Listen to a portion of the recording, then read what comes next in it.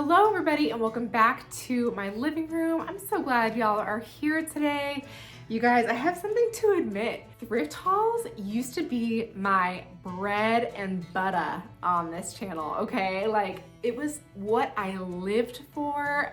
It's still what I live for, let's be honest. But I did them all the time, and truthfully, they really are like some of my favorite videos to make, and I know that there's some of you guys' favorite videos to watch as well.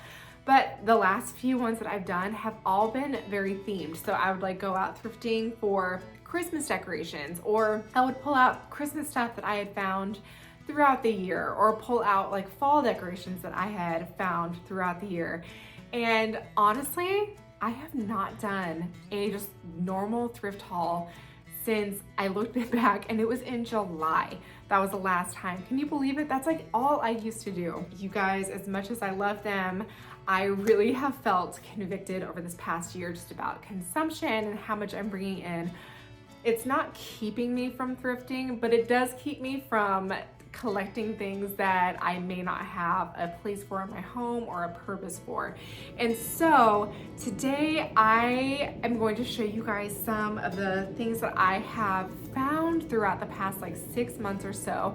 A lot of times when I would go find like Christmas decorations or fall decorations, I would also find things that weren't really like in that theme, and I would just set them off to the side. Well, there was so much to do, so much to talk about, that I just left them off to the side for so long. Some of these things I bet you I've had for 6 months just waiting to show them to y'all, but I haven't. So I will say that I could insert some footage of me in the thrift stores, but honestly, it's scattered all throughout my phone camera roll. Like, I don't even know where I would find all the footage of when I went into these stores. It's just a lot. So we're gonna go ahead and skip the actual shopping version of this, which I know makes y'all a little bit sad. I love sharing the shopping portion with you too. But we're just gonna go ahead and get into the haul. This is future Kristen coming in and letting y'all know that you can stay tuned for some Ironstone. I actually forgot to mention it in the beginning of the video, and I'm coming at you now to let you know that that is on the way. Okay, so I actually did have too many items to show you guys for this thrift haul, which I know this kind of like makes me sound like a total hypocrite when I said I was trying to not buy as much stuff from the thrift store lately. But mind you, this is over 6 months, okay? But I had a little bit too much to just show it to you all in one video. It would have drug on for forever.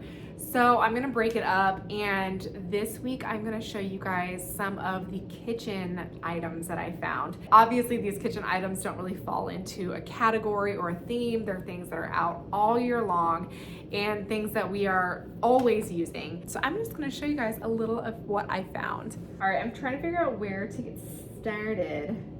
Okay, first of all, I'll show you the spoon that I found. So I don't always pick up like any wooden spoon that I find at the thrift store, but I do love ones that I can tell have some patina to them. They look like they've been used. They look like they're made out of like a really good solid wood. To me, if I see that something looks like this and there's no like splitting or anything like that, that tells me that it's a really good quality spoon. And I need these because my husband keeps burning these on the stove. I love him. I don't know when he's going to learn that you just can't set a spoon on a cast iron pan for like God knows how long and just expect it to not burn. Let me show you my favorite flipper, and I will give you an example. Okay, so this here, this is my favorite flipper, right? The dang husband charred it to a crisp. I got this with our place like pan or whatever, and it comes with like a little hole so you can set it on there in a safe place. But apparently Josh just like set this thing. You can see the cast iron, the curve of the cast iron on it. He just set it on there and just let it light on fire. So anyway, I know that this isn't a flipper, but y'all, I'm gonna be looking for a flipper in my future, and until then, I guess I'm just gonna be using this one, even though you can see it's not even like flat anymore. Okay, these I was excited to find. These I found from a thrift store called St. Vincent de Paul. It's in Omaha. I've talked about it before. It's not like the cheapest thrift store, but in the area of town that it's in, it's the only one. And so I think I had some like extra time one day and I went in there and I bought a few things, and these were part of it. But they had these really cool vintage jars or antique, I don't know exactly. I can't tell. If you guys know, let me know if you can tell from like the attachment part or whatever. Anyway, I collect these jars and we actually store a ton of our dry goods in them in our pantry. I'm gonna have to wash it first. Now that I'm looking at it, I realize that I literally just stuck it into my basket.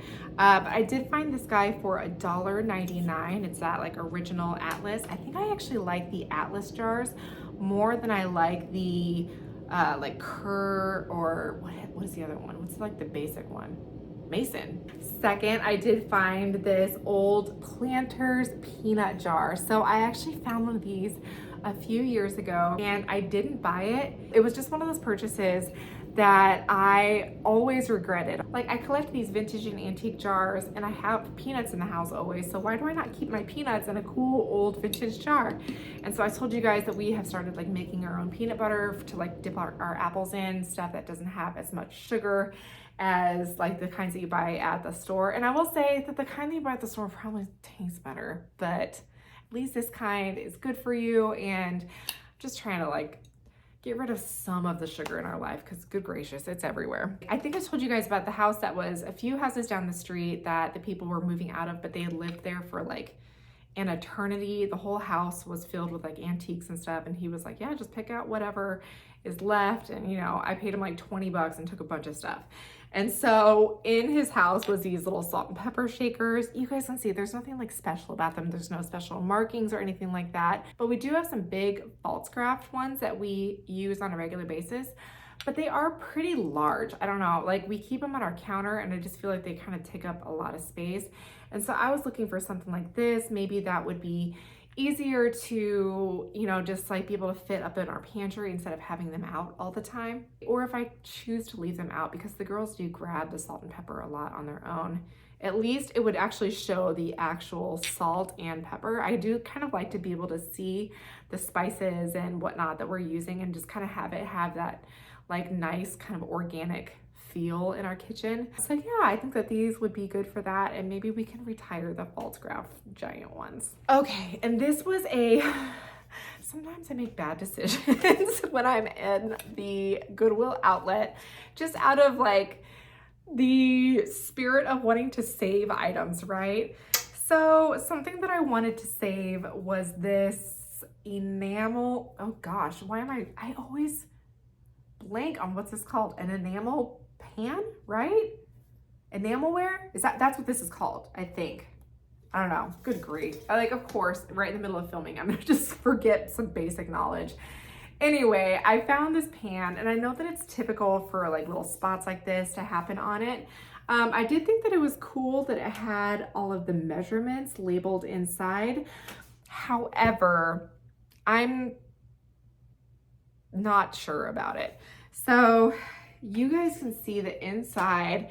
Obviously, this is a well-loved pan, and there's marks from where the handles meet the pan. Let's see, yeah, I guess just mostly on that one side.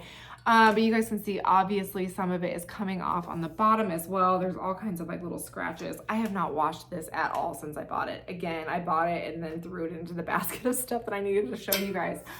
But listen, this is why I have you guys, because I desperately need your help with so many things regarding antique pieces, all that kind of stuff, what I can use, what I can't use. My question to you is, can I use this pan? At this point, I'm thinking no, just because it's been compromised, but y'all might come to me and say no, that doesn't affect it at all. It can still be used as a fully functioning pan. And I would be like, oh, okay, I didn't know that. So if I do not use this as a pan, I thought maybe I could use it as a pot for a plant or something. Otherwise, I have been curious about making my own laundry detergent, but I don't have a vessel large enough to hold the amount that I think that I would need. Granted, this doesn't have a lid, and I don't know, again, I need your help.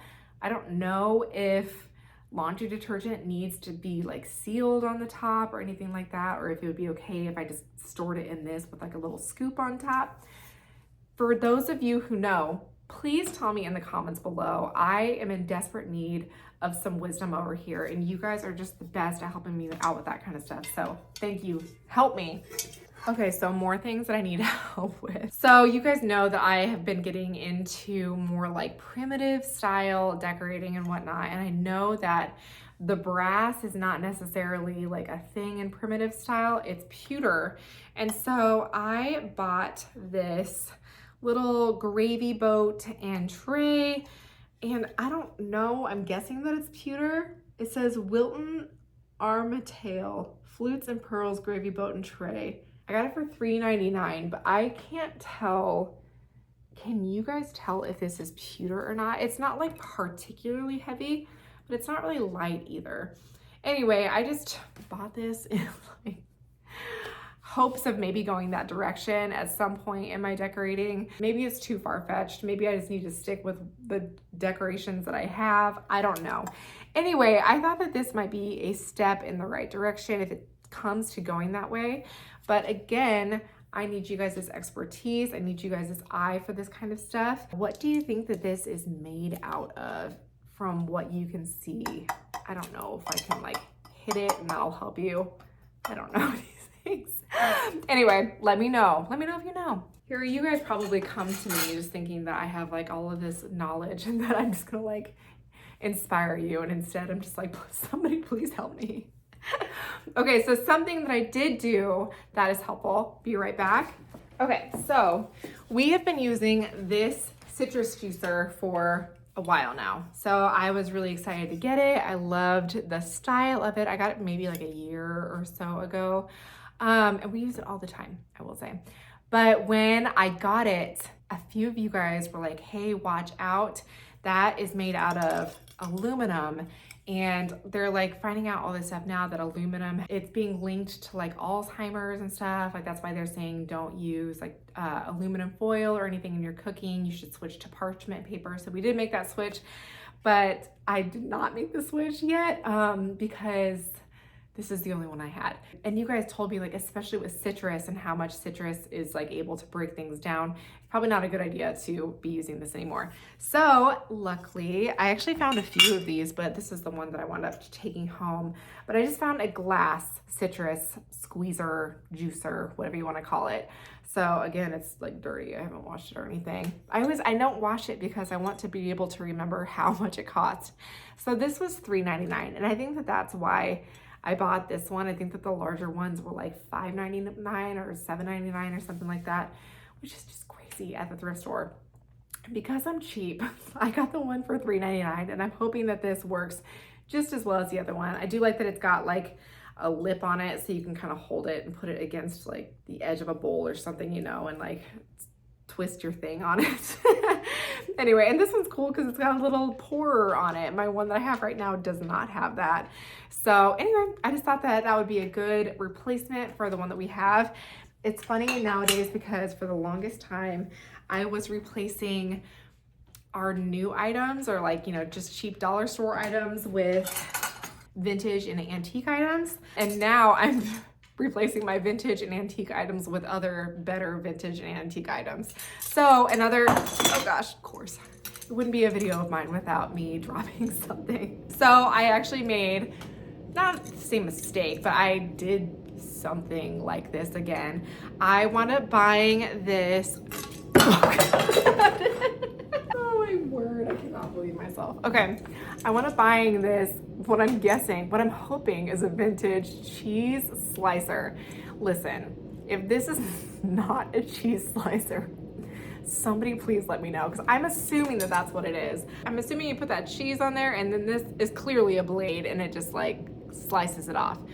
So I have this, and I will say it doesn't work that great. Like, it doesn't not work, it's just, I don't know, maybe it's the cheese that we buy. So I found another, what I'm guessing is vintage or antique cheese slicer. I don't know, this one says Taiwan on the back, so I don't know if that's indicating anything. Anyway, I figured that if this cheese slicer doesn't work out for me, I can use this one. This one is obviously a little bit thicker. We make like green bean casserole. I probably shouldn't say this on the internet, but we use Velveeta cheese on top. And sometimes you just need a cheese slicer to get that Velveeta going, okay? So, you know, all of the crunchy moms of the internet, please forgive me for admitting that I use Velveeta cheese on a Midwestern dish like green bean casserole. If y'all don't know green bean casserole, it's delicious. It's Velveeta, tater tot. Oh, sorry, it's not green bean casserole. It's tater tot casserole. Then you use tater tots and then hamburger mixed with like mushroom, like cream of mushroom soup, and then you put like a ton of green beans in it. Y'all, we have brought it to so many people when they've been like sick or just after they have a baby. I can't tell you the amount of people that are like, what is this? And then they eat it and they're like, mind's blown. It's so good. Again, I'm just making myself sound like an idiot over here. A Midwesterner and our casseroles. Isn't it cute? Okay, another thing I needed was a slotted spoon. I don't have one. I wanted my mom's. She told me I couldn't have it. And so darn it, I went out and got my own. So I thought that this one was pretty. I mean, we eat green beans and peas and stuff a lot, just, you know, out of a can. Again, just making myself not sound that great. But yeah, that all comes in the juice, and you don't want the juice with your green beans, and so you gotta have a slotted spoon. So now we have a nice fancy slotted spoon. That wasn't for my mom. Okay, and so I didn't even tell y'all, but I've got some Ironstone in here. How did I not mention that? How did I not lead with that? Maybe I should have led with that. Okay, I'm just gonna record a little snippet for the beginning of the video. But before we get to the Ironstone, when I went to that little house and I bought some of that stuff, I showed it to you like a long time ago, some of the other items that I found, but I had already put this up in our decor and I forgot to tell you guys about it. He gave me this cute little blue Croc. So I think that this is called like yellow wear. Am I correct in that? Probably not. Gosh, don't quote me, please. Anyway, I don't have anything that's like this, and so I thought that this was really sweet. I actually didn't pick this one out. I picked out some of the other ones, and he was like, here, you can have this one for free. And so I wound up taking it, and I'm not sure what I'm gonna do with it yet exactly, but I just thought that y'all might wanna see it. It's so sweet. It doesn't have any markings on it, but you know, oh well. Okay, and for my Ironstone finds, you guys are so funny. I went to this thrift store. It was like in a basement somewhere. Everywhere I go is just so sketchy. Anyway, I was just really surprised that a lot of the stuff wasn't marked as higher. So I did find this little Ironstone bowl here. You can see that it has a lot of like patina to it. And I was just wondering, is there rules about like patina and serving? Like, would this not be good to actually serve something out of? Is this more just for display? Somebody let me know, because both this piece, which I got for $2.99, and get this, I got this way bigger one for $1.99, but they both have some nice patina to them. So I've seen people style this kind of stuff in really beautiful ways. Not that I know how to style it in a beautiful way. I might try to figure it out, but I figure everybody's Ironstone collection has to start somewhere, and so this is mine. So I was really excited to find these two at that place. It's called Forever Yesterday. And then I also found at a different store, this one I found in like the Springfield, the town is actually called Ozark, Missouri, at a little thrift store, antique store. But it was awesome because all of their kitchenware, they were doing a 75% off sale. So let me show these to you. I found these beautiful plates. So I found this little guy. This was $2, as you can see. And so 75% off. So this was 50 cents for this little one. And I just thought it was so cute. It's nice and chunky, super heavy. And then this one was $4. So I wound up getting this one for $1. And these all have different markings. So this one has the J&G Meakin Hanley England Ironstone China marking on the back, as you guys can see. So this is like the fanciest one, at least from my knowledge. Some of the other ones, I don't know if they have markings on them. Again, this guy was another $4. You can see here, this one doesn't have as much patina, but it does have some like little spotting and stuff inside. And the marking on this one is US QMC. So I did not recognize this mark, but it says it is $4, so again, just $1. And then the markings on this one is, oh gosh, let me see. Shenango, China, Newcastle. It's really faint and hard to see. So I also got this one for $4. So let's see, 1, 2, 3. So I got these 4 Ironstone pieces for $3.50. So it was just like a total steal. I was really excited. And I cannot believe I haven't shown these to you because I'm almost positive that I bought those like in June. Anyway, I'm excited to be able to get them out and into our hutch and just make everything look really pretty. Okay, everybody. Well, I actually need to get going. So thank you so much for meeting with me today. I really appreciate y'all's time and just being here with me. I love doing thrift hauls. I cannot wait to do another one with you guys again soon. And so yeah, stay tuned. I've got some fun stuff planned for the rest of this month and I can't wait to see you then. See you later. Bye.